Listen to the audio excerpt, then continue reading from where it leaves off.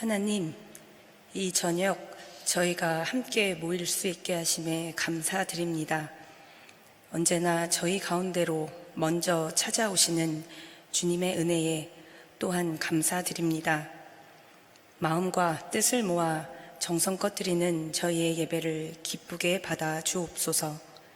예수 그리스도의 이름으로 기도드립니다. 아멘.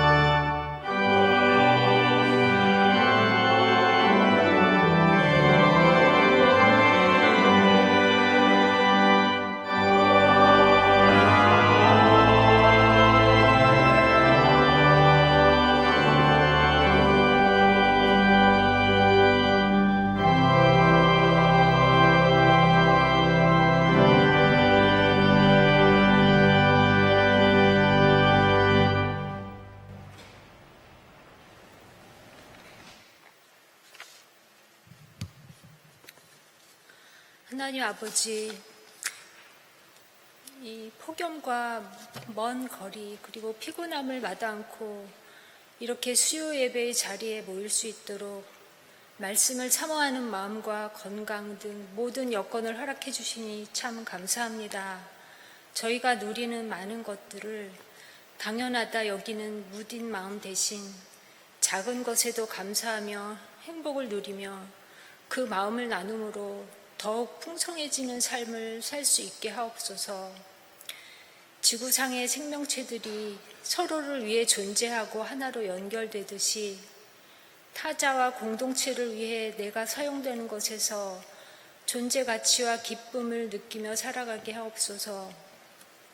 지금의 삶이 힘들고 괴로울지라도 나를 지으신 창조주 하나님의 선하신 계획이 무엇일까 기대하며 인내할 수 있게 하옵소서.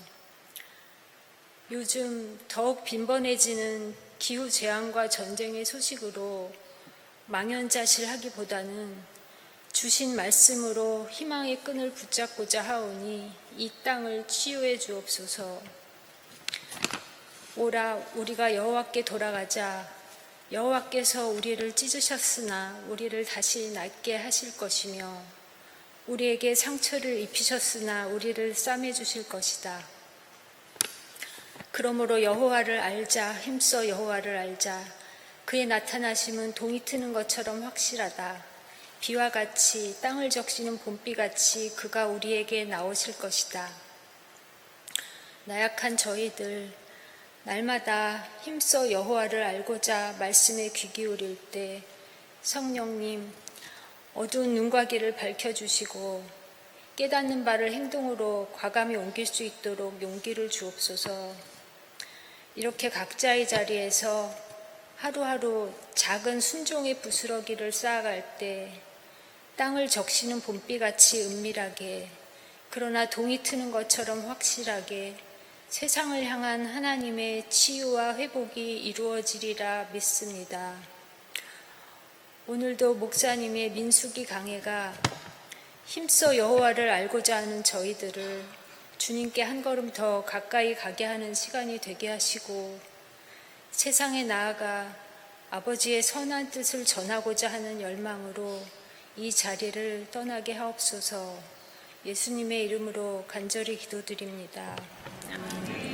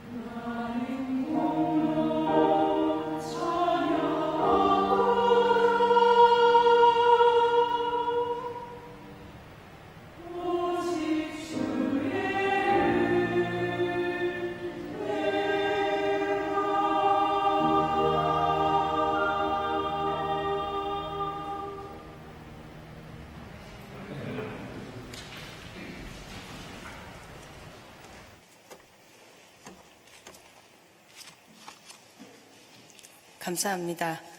오늘 찬양처럼 우리가 달려갈 길을 모두 마친 후에 주님의 얼굴을 마주할 때 우리의 공로가 아닌 오직 주의 은혜만 남게 될 것을 믿습니다. 심영선 권사님의 정성어린 기도에 또한 감사드립니다. 오늘 말씀은 민수기 7장입니다. 예배당에 비치된 성경은 235페이지 혹은 168페이지입니다. 한 절씩 교독하시되 1절과 2절을 제가 봉독하겠습니다. 모세는 성막을 세우고 나서 성막에 기름을 부어 성막과 그 안에 있는 모든 기구를 거룩하게 하였다. 제단과 거기에 딸린 모든 기구에도 기름을 부어 그것들을 거룩하게 하였다. 이스라엘 지도자들 곧 각 가문의 우두머리들이 제물을 바쳤다. 그들은 지파의 지도자들로서 직접 나서서 인구 조사를 한 사람들이었다.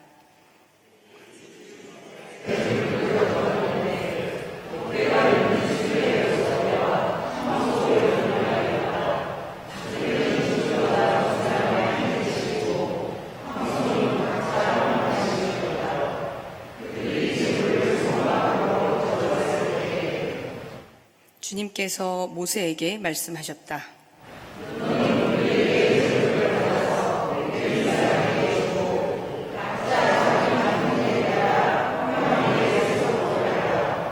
그리하여 모세는 수레와 황소를 받아다가 레위 사람에게 주었다.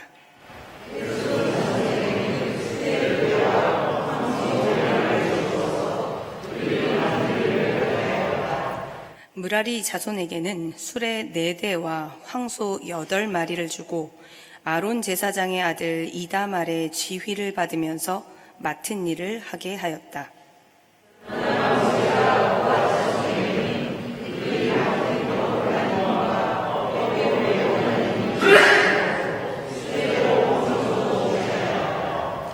제단에 기름을 부어 거룩하게 하던 날 지도자들은 제단 봉헌 제물을 가져와서 제단 앞에 바쳤다.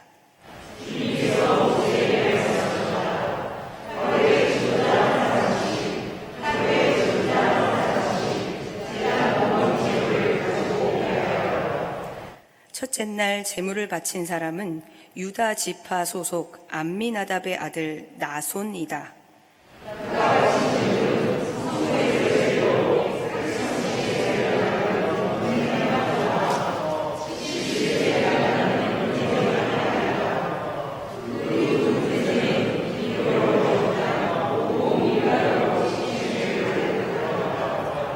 십세겔 나가는 금잔에는 향을 가득 담았다.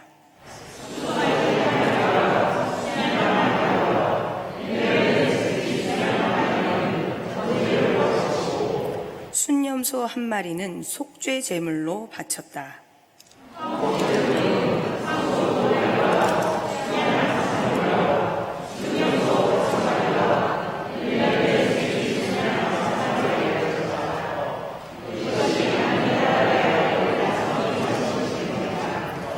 (78절입니다) 12째 날에는 납달리 자손의 지도자 에난의 아들 아히라가 제물을 바쳤다.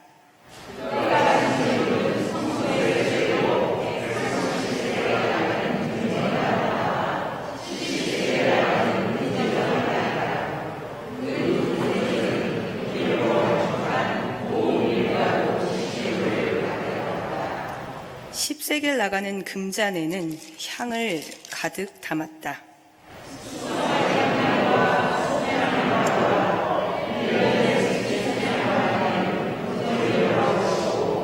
순염소 한 마리는 속죄 제물로 바쳤다.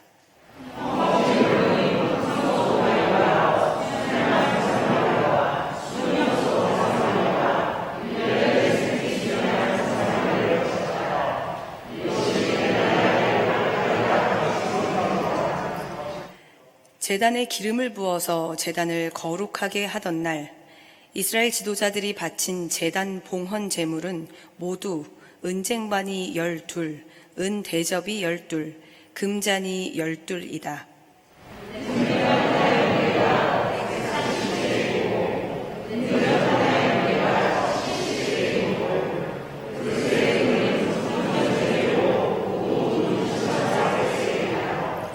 향을 가득 담은 금잔은 모두 12인데 금잔 하나가 성소의 세겔로 10세겔씩 나가는 것이므로 금잔은 모두 120세겔이다.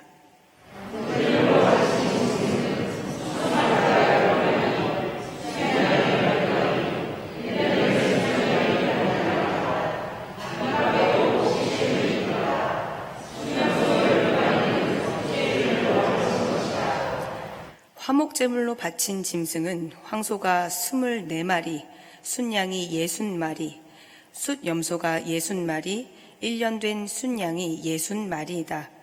이것이 제단에 기름을 부어서 제단을 거룩하게 한 다음에 바친 제단 봉헌 제물이다.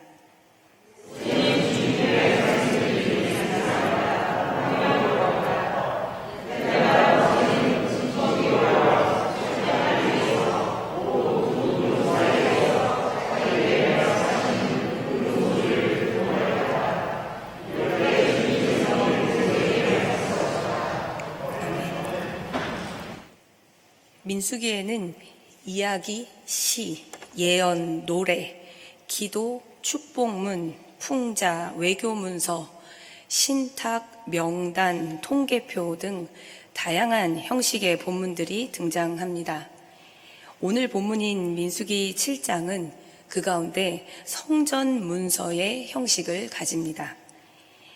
지금 이스라엘은 약속의 땅을 향한 행진을 준비하고 있습니다.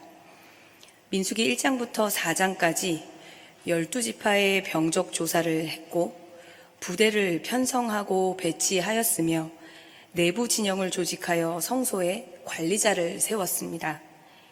그리고 5장부터 시내산을 떠나기 직전인 10장 10절까지는 진영의 운영에 관한 이야기가 이어집니다. 6장까지는 진영의 정결을 위해 부정을 제거하고 이를 제사장이 통솔하라는 말씀을 담고 있습니다. 7장은 그 진영을 성결하게 하는 내용입니다. 그 첫 걸음으로 지파의 지도자들은 제단 봉헌을 위해 제물을 바칩니다. 7장을 살펴보기 전에 민수기 본문의 구성과 성격 그리고 신학을 잠시 살펴보고자 합니다. 민수기를 크게 두 부분으로 나눈다면 1장 1절부터 10장 10절까지 시내산에서 여행을 준비하는 이야기와 10장 11절부터 마지막 36장 13절까지의 광야를 유랑하는 이야기라고 할 수 있습니다. 첫째 단락에서는 여행을 준비하고 둘째 단락에서는 그 여행을 실행합니다. 이 여행의 주인공은 이스라엘입니다. 그들은 이집트를 떠나 시내산에서 야훼 하나님과 언약을 맺고 성막을 중심으로 결성된 신앙 공동체입니다. 노예로 살았던 이집트를 떠난 이스라엘이 하나님과 언약을 맺은 성막 공동체로 제사를 드리는 예배 공동체로 다져진 곳은 신의 산이었습니다. 이스라엘은 이 신의 산에서 하나님의 백성으로 새롭게 태어나고자 합니다. 하지만 이 신의 산은 정착지가 아니었습니다. 그들은 곧 이 거룩한 산을 떠나 약속의 땅 가나안까지 가야 합니다. 그동안 살펴보았듯이 이스라엘의 여행은 단순한 이동이 아니라 행진과 행군이 동반되는 군사적인 성격을 가지고 있습니다.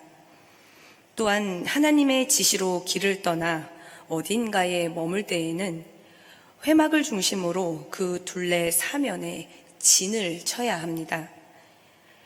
이렇게 그들의 여행은 종교적인 성격을 가진 거룩한 여행입니다. 무엇보다 이 여행은 약속의 땅 가나안으로 가서 살고자 하는 이주의 성격이 강합니다. 그들이 광야길을 가는 이유는 약속의 땅에 들어가서 살아야 하기 때문입니다. 군사 활동과 종교적인 행진이 동반되지만 민수기의 여행은 궁극적으로 이스라엘이 삶의 자리를 옮기는 사건입니다. 그렇다면 민수기는 여행을 준비하고 그 여행을 실행하는 틀 속에 모든 이야기와 가르침을 담아 놓았습니다. 여행을 준비하는 이야기는 그 여행을 실제로 구현하는 사건을 통해서 이해해야 합니다. 동시에 여행의 실행이 갖는 의미는 그 여행을 준비하고 조직한 이야기의 맥락에서 관찰해야 합니다. 10장 10절을 기점으로 그 앞과 뒤의 맥락을 함께 살펴보아야 한다는 겁니다.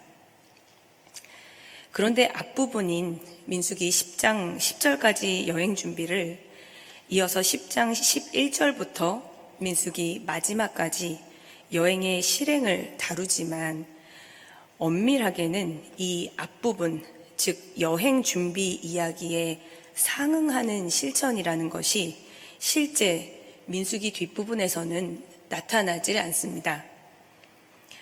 전승의 역사를 따진다면 민수기에서 더 오래된 자료는 앞부분이 아니라 뒷부분인 10장 11절부터 36장 13절에 수록되어 있다고 합니다. 그러니까 이스라엘 자손의 광야 유랑을 전하는 기록이 더 오래된 전승이라는 겁니다. 이집트 땅을 떠나 시내 산을 거쳐서 약속의 땅에 이르는 과정은 이스라엘의 고대사에 속합니다. 이 역사는 이스라엘이 왕국을 세우기 전에 경험했던 신앙 사건의 뿌리를 전하고 있습니다. 그렇다면 지금 우리가 먼저 읽고 있는 민수기 앞부분 1장 1절에서 10장 10절까지는 사실 더 후대에 기록된 전승이고 나중에 덧붙여진 본문입니다. 왜 이 앞부분에서 증언하는 시내산에서의 여행 준비가 광야 유랑 이야기인 뒷부분에는 충분히 반영되지 않은 걸까요? 여기에는 이스라엘 광야 이야기에 대한 민수기의 시각이 담겨 있습니다. 민수기를 기록한 저자 혹은 기록을 편집한 이들은 광야 유랑이라는 오래된 전승을 앞부분인 시내산 단락의 맥락에서 바라보고 새롭게 이해하고자 한 겁니다. 그들은 민수기 10장 11절에서 마지막 36장 13절까지 시내산을 떠나 광야를 유랑한 뒷부분의 이야기를 이스라엘의 미래를 회복시키는 기초가 된다고 보지 않았습니다. 그들은 이 광야 이야기가 이스라엘의 실패에도 불구하고 그들을 이끄신 하나님의 성공적인 안내를 이야기했다고 보지 않았습니다. 그들은 민수기 10장 10절까지 이 기록을 앞부분에 놓음으로써 이스라엘의 미래는 시내산에서 들었던 하나님의 가르침에 달려 있다고 보았습니다. 뒷부분인 광야 이야기가 문제 많았던 이스라엘의 과거를 가리킨다면 그 광야 유랑은 이스라엘의 미래를 밝히는 초석이 되지 않는다는 겁니다. 그들은 이스라엘의 장래를 결정짓는 기준은 앞부분인 10장 10절까지의 말씀을 이스라엘이 지켜내는가의 여부에 달려있다고 봅니다. 시내산 사건이자 시내산에서 들은 말씀에 이스라엘의 장래 회복이 달려있다는 겁니다. 이런 맥락을 기억하면서 민수기의 앞부분을 읽는다면 1장부터 살펴본 내용을 다시 생각할 수 있습니다. 민수기 1장 1절에서 10장 10절까지 규정은 이스라엘은 이러이러해야 한다 하는 일종의 처방을 전합니다. 이스라엘은 회막 중심의 진영으로 이루어져야 하고, 이스라엘의 진영은 정결해야 하고, 성소는 거룩해야 합니다. 이스라엘 사회와 12지파로 된 공동체의 정체성이 오헬 모에드인 회막에 있고요. 이스라엘은 회막, 또 성막에 임재하시는 하나님을 그들의 주님으로 고백합니다. 그 하나님을 위해서 이스라엘은 정결해야 하고 예배해야 하며 순종해야 합니다. 회막 신앙이 증언하는 이스라엘의 하나님 야훼는 이스라엘 속에 들어와 계시는 하나님입니다. 하나님은 거룩한 곳에 홀로 계시거나 하늘 혹은 산 꼭대기에 강림하여 계시지 않습니다. 화려한 성전에 머물러 계시기보다는 이스라엘 가운데 거하시기를 원하십니다. 이스라엘이 하나님을 붙들고 있어서가 아니라 하나님이 이스라엘 속에 들어와 계시기 때문에 이스라엘은 하나님의 백성이 됩니다. 이제 7장 본문을 살펴보겠습니다.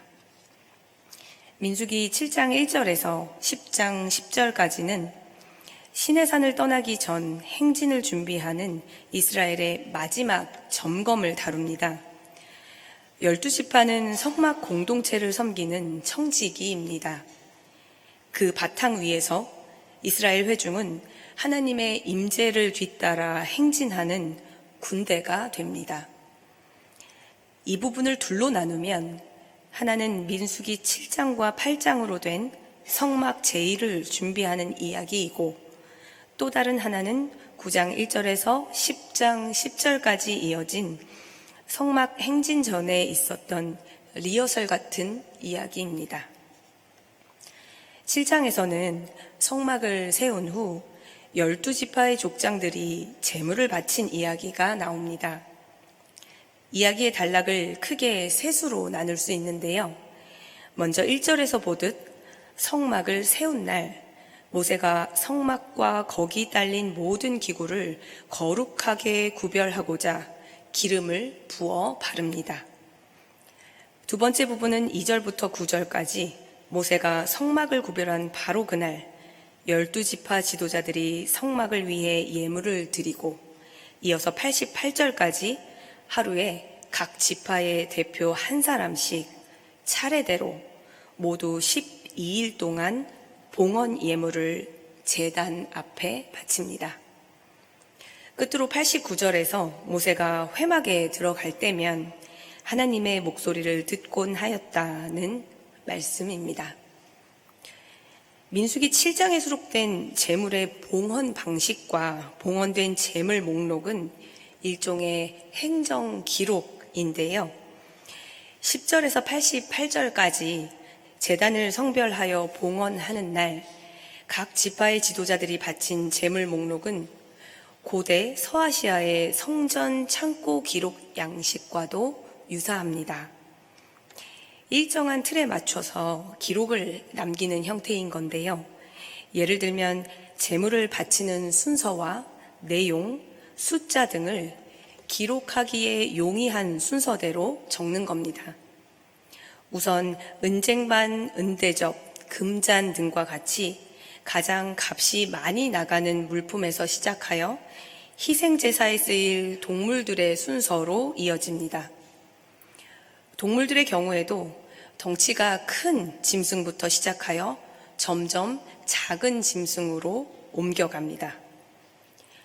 소제물, 번제물, 속죄제물, 화목제물로 이어지는 차례는 실제로 이루어진 희생제사의 순서라기보다는 소제나 번제처럼 하나님께 모두 태워드리는 제사로 시작하여 속죄제처럼 제사장에게 일정 부분 제물의 그 몫이 돌아가는 제사로, 그리고 화목제같이 제사를 드리는 자가 제사장과 더불어 식탁 교제를 하는 제사의 순서로 내려오게 됩니다.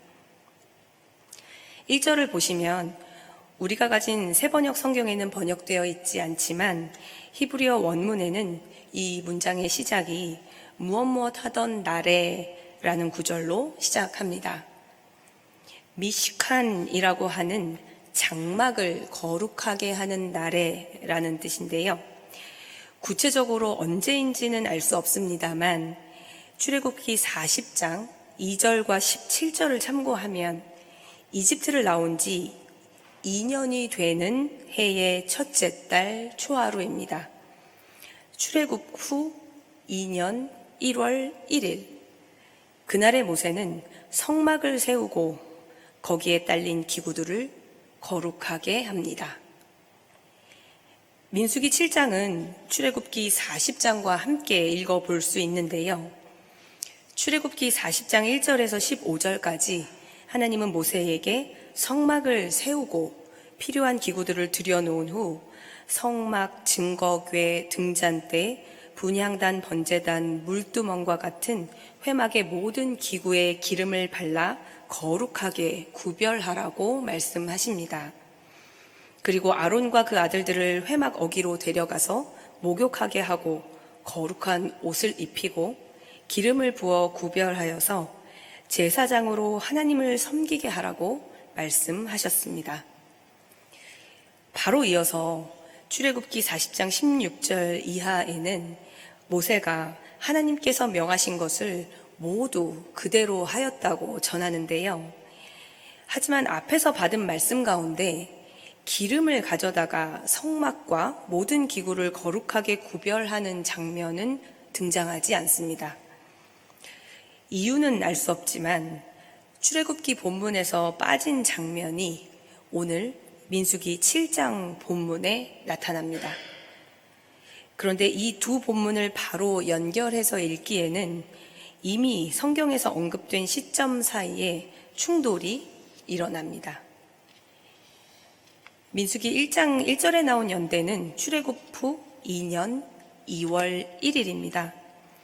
10장 11절에서 시내산을 떠나 광야로 향하는 날은 그 열흘쯤 후인 2월 20일이었습니다.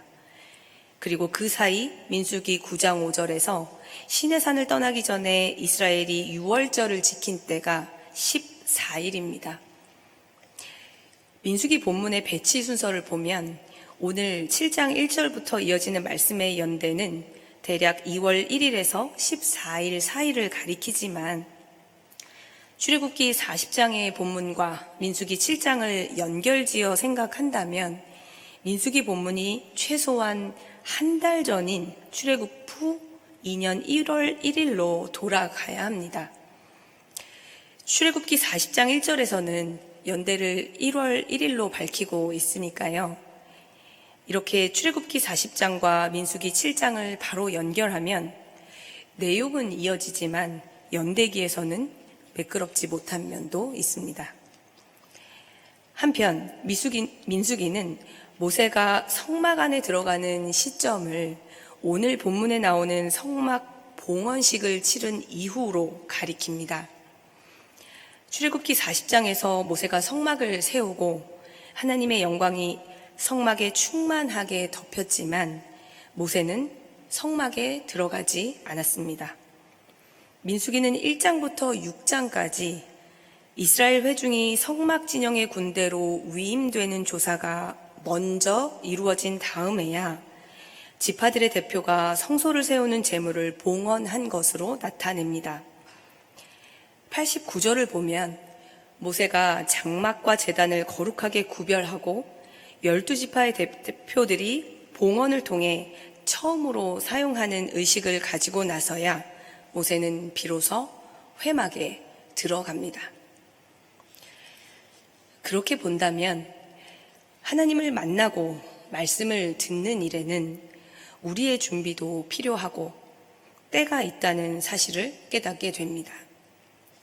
하나님의 말씀에 따라 성막을 세우고 그 위에 하나님의 영광이 임하신 사건이 일어나도 그것이 끝이 아니라 말씀에 따라 사람이 해야 하는 역할, 가령 진영을 세워 정결하게 하고 제물로 봉헌했던 이스라엘처럼 삶의 자리를 정돈하고 정성을 다해 예배를 드리는 일이 남아 있습니다. 우리에게 맡겨진 소임을 다하고 예배를 통해 하나님께 봉헌한 후에야 비로소 하나님께 다가가 말씀을 드리고 하나님의 목소리를 들을 수 있는 때와 장소가 허락되는 게 아닌가 생각합니다. 1절에서 성막과 기구들을 거룩하게 하는 데에는 기름이 사용됩니다. 희생제사의 피가 아니라 제단 등에 기름을 부어서 거룩하게 하는 것은 고대 서아시아에서 폭넓게 시행되던 관행이라고 합니다. 2절에서 9절까지는 이스라엘 지도자들이 제물을 바칩니다. 그런데 이들이 제물을 바친 시점은 하나님께서 말씀하시기 전이었습니다. 그들은 먼저 자발적으로 각 가문의 우두머리들이 고루 부담하여 덮개 있는 수레 6대와 황소 12마리를 바칩니다. 짐수레와 소는 레위인들이 장막을 운송하는 일에 사용했습니다. 수레와 소는 성막 자체를 위해서 성막 앞에 드린 제물이라는 점에서 10절 이하에 나오는 제단 앞에 드린 예물과는 차이가 납니다. 덮개 있는 수레는 짐을 싣는 수레를 의미합니다. 또 짐수레에 덮개가 필요하다고 본 것은 이 수레가 성물을 운송하기 때문이었습니다. 또 황소로 번역된 히브리어 바카르는 본래 암수 구별 없이 소를 일컫습니다. 이 소를 새 번역에서는 수컷으로 보아 황소라고 옮긴 겁니다.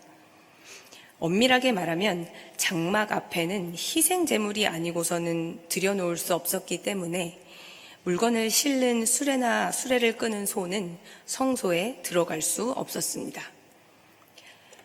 수레와 소는 레위 사람들의 사역을 위한 것이었는데요. 게르손 자손에게는 수레 2과 황소 4이, 무라리 자손에게는 수레 4과 황소 8이 주어집니다.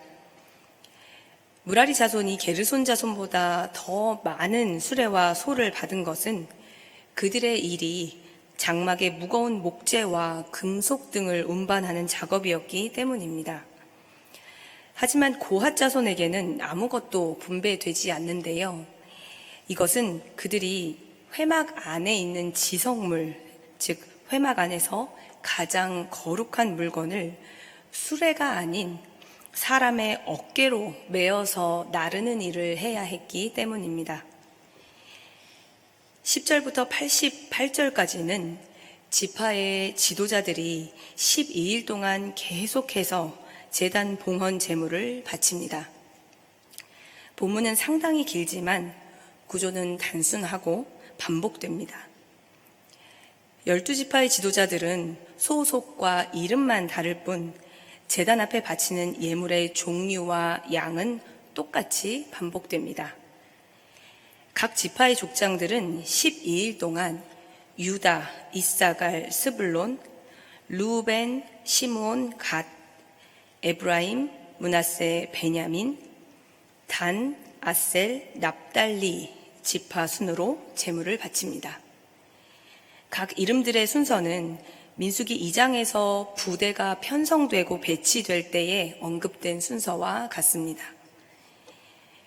본문에서는 왜 굳이 12지파 지도자들이 하루에 한 사람씩 모두 12일간에 걸쳐서 제물을 바치는 과정을 소개하는 걸까요?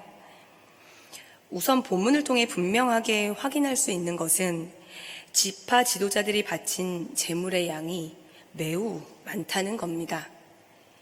이 행렬 자체가 일종의 목록입니다. 하나님께 예물을 드리는 의식과 순서는 이러해야 한다 하는 일종의 처방전과도 같습니다. 그런데 이 목록을 통해서 이스라엘이 특정 기간 동안에 어떻게 신앙생활을 유지해 왔는지 살펴볼 수 있습니다. 본문은 똑같이 12번이나 반복되는 내용을 한꺼번에 정리해서 한 번만 기록하지 않고 12일로 나누어 일일이 되풀이합니다. 이스라엘 12족장들이 바치는 제물의 내용은 지파들의 규모에 상관없이 모두 똑같습니다. 본문은 이스라엘의 온 지파가 모두 균등하게 참여하여 하나님의 성소를 유지하고 관리해야 한다고 강조합니다. 성막의 운영을 후원하는 일에는 지파 간에 어떤 구별이나 차별도 없었습니다. 7장에는 제물을 바치는 내용들로 채워져 있는데요.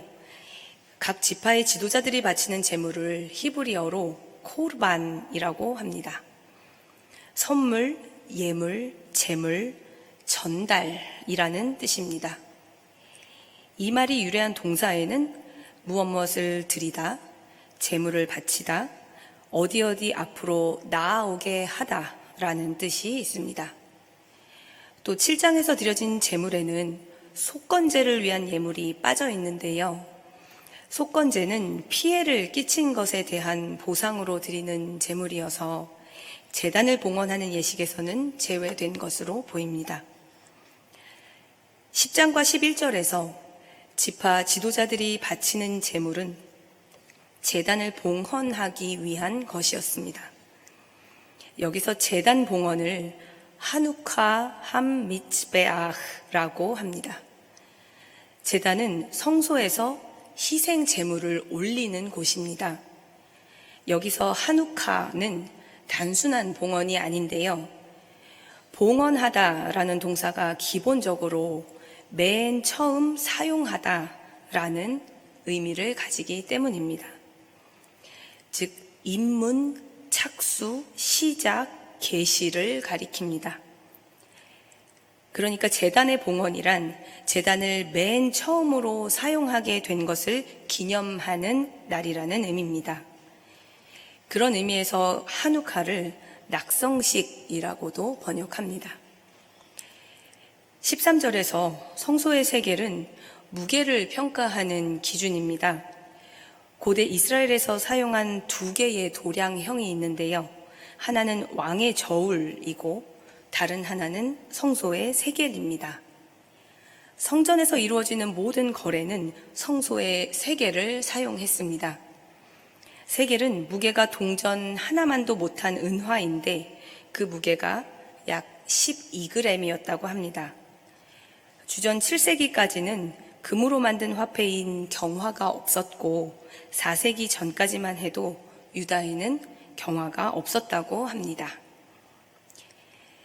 15절 이하에서 제물로 바친 동물들 가운데 화목 제물의 수가 가장 많은데요. 아무래도 화목제는 제사를 드리는 사람이 이후에 제물의 고기를 제사장과 더불어 하나님의 식탁인 제단에서 나누어 먹는 교제이기 때문으로 보입니다.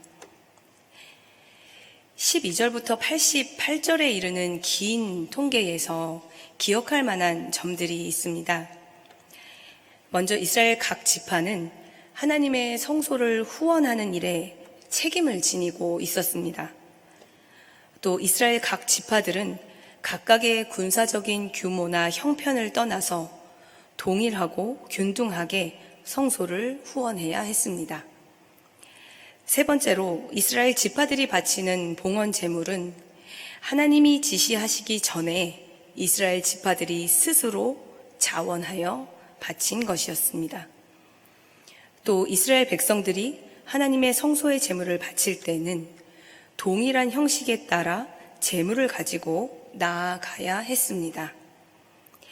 이렇게 이스라엘의 자발적이고 풍성한 헌신이 이스라엘의 신앙과 종교를 이루는 토대가 되었던 겁니다. 89절에서 모세는 장막과 제단을 거룩하게 구별하여 의식을 치르고 나서야 회막에 들어가게 됩니다. 모세가 회막 안에 들어갔을 때 그는 자기에게 말씀하시는 목소리를 듣게 됩니다. 여기서 말씀하시는 히브리어 다바르가 문법적으로는 사역 재귀형 분사로 쓰입니다. 말이 조금 어렵습니다만 사역에 치중해서 해석을 하면 이 말은 계속해서 말씀하시다 하는 뜻이 됩니다. 그러나 이 말을 목적어와 함께 상호작용을 나타내는 형태로 생각하면 그 뜻은 하나님께서 당신의 관심사를 모세에게 선포하고 계시다는 의미가 됩니다. 89절에서 보듯 모세는 하나님께 말씀드릴 일이 있을 때마다 회막으로 갔습니다. 그때마다 모세는 아뢰고 하나님은 모세에게 선포하십니다. 모세는 회막에 들어가 증거궤 위 속죄판 위에서 곧 두 그룹 사이에서 그에게 말씀하시는 하나님의 목소리를 듣곤 했습니다. 이 89절은 민수기 7장과 8절을 연결하는 역할을 합니다. 이제 이스라엘 역사는 제단을 봉헌하기 이전과 그 이후로 나뉘게 됩니다.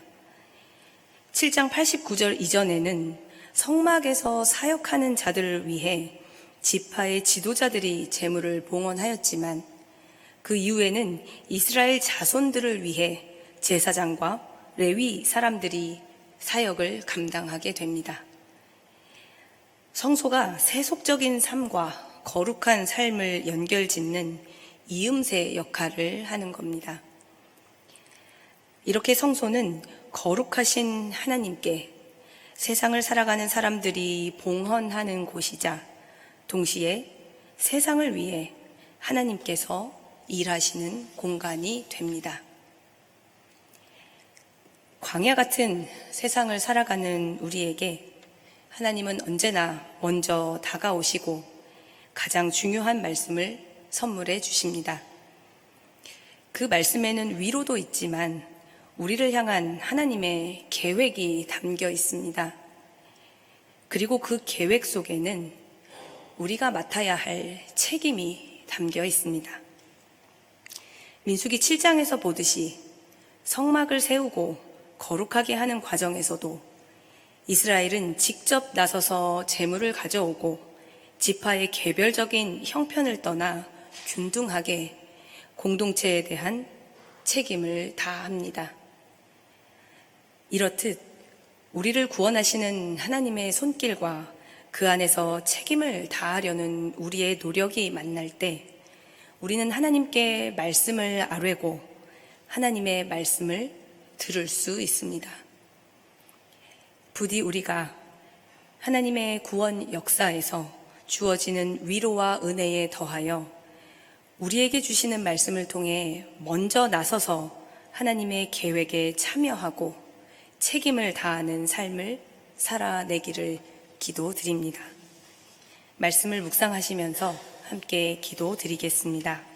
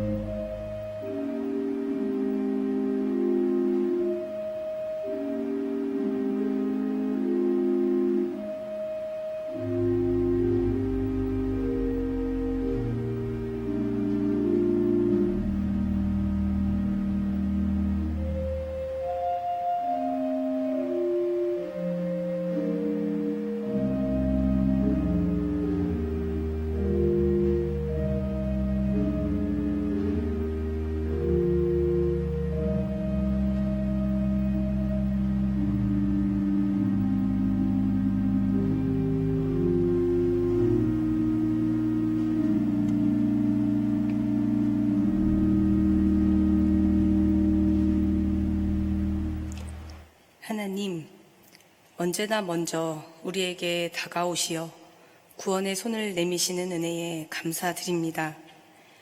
저희로 하여금 하나님의 구원 역사에서 먼저 결단하며 책임을 맡은 자리에 서게 하옵시고 앞장서서 나아가며 진실과 정성을 다하여 살아내게 하옵소서. 예수 그리스도의 이름으로 기도드립니다. 아멘.